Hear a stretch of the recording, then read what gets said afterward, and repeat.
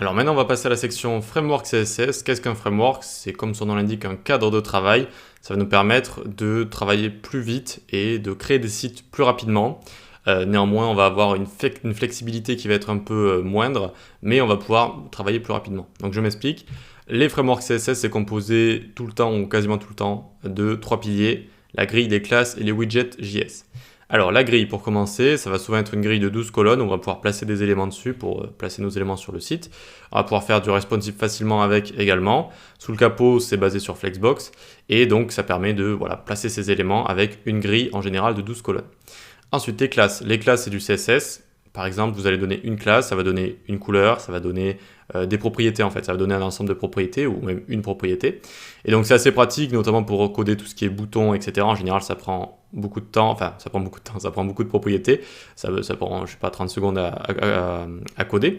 Et donc là, vous avez juste à rajouter une classe, la classe BTN, BTN-Red par exemple, et hop, ça vous crée directement un BTN avec toutes les propriétés instantanément, et BTN-Red pour donner la couleur. Okay, donc ça permet d'aller plus vite, et il y a des classes pour énormément de choses.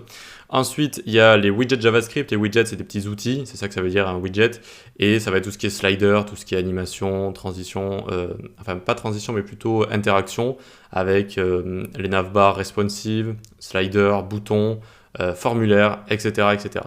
Et donc, ce qu'il y a de bien avec les frameworks CSS, c'est une fois que vous en connaissez un, vous en avez utilisé un, et que vous connaissez les trois piliers, eh bien, ils sont tous pareils, ils sont tous plus ou moins pareils, et il y a juste la syntaxe qui va changer donc pour utiliser tout ce qui est les classes qui vont permettre de gérer grille, classe et widget.js. Ok, donc on va utiliser Bulma dans ce petit cours ici. Donc Bulma, c'est un framework CSS très bon, très populaire, très connu, et voilà, plus de 200 000 devs ici l'utilisent comme ils vous ont écrit ici.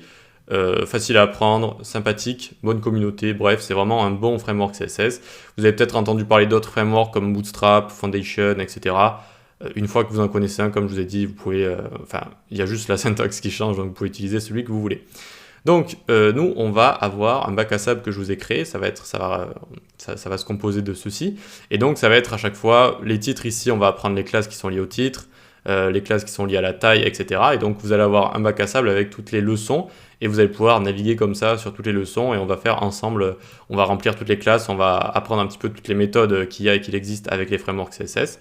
Et donc, où ça se trouve dans le code que je vous ai fait, télécharger. Vous pouvez le retrouver à la deuxième vidéo, je crois, code source, deuxième vidéo de la formation où je vous propose de télécharger le code source. C'est normal si votre code source il a plus de dossiers ici. Là, c'est pas le code source complètement fini. Il me manque et je dois rajouter encore la partie GreenSock par exemple et React. Mais ici donc vous avez la partie section framework CSS et à l'intérieur vous allez avoir un bac à sable. Vous voyez, bac à sable, tac. Et donc dans ce bac à sable là, vous allez avoir tout ce qui est modificateur, grille, etc. Ok, donc si vous avez cette petite syntaxe là où il y a un anti-slash ici, c'est juste qu'en fait j'ai un dossier bac à sable, regardez, Reveal in Explorer, j'ai un dossier bac à sable, à l'intérieur j'ai un dossier bac à sable de départ et ensuite j'ai mes petits dossiers ici. Et donc en fait quand il y a juste un dossier quelque part qui en suit un autre, et bien ça fait cette sorte d'anti-slash là. C'est pas très pratique, je trouve ça pas très logique. Et voilà, mais je vous réglerai ce problème, il suffit juste d'enlever un des deux dossiers pour éviter qu'il y ait juste deux dossiers qui se suivent comme ça. Bref, une fois que vous avez ça, eh bien vous arrivez dans tous les bacs à sable ici. Par exemple, on va dans le premier, modificateur, et on a juste à faire hop, Open with Live Server, et donc ça nous ouvre ceci.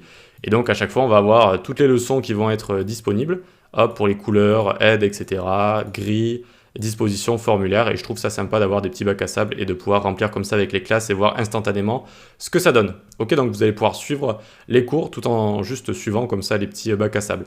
À la fin de toutes les leçons bac à sable, on va avoir des projets. Donc premier projet qui sera ici, je vais l'ouvrir, je vais ouvrir le second également.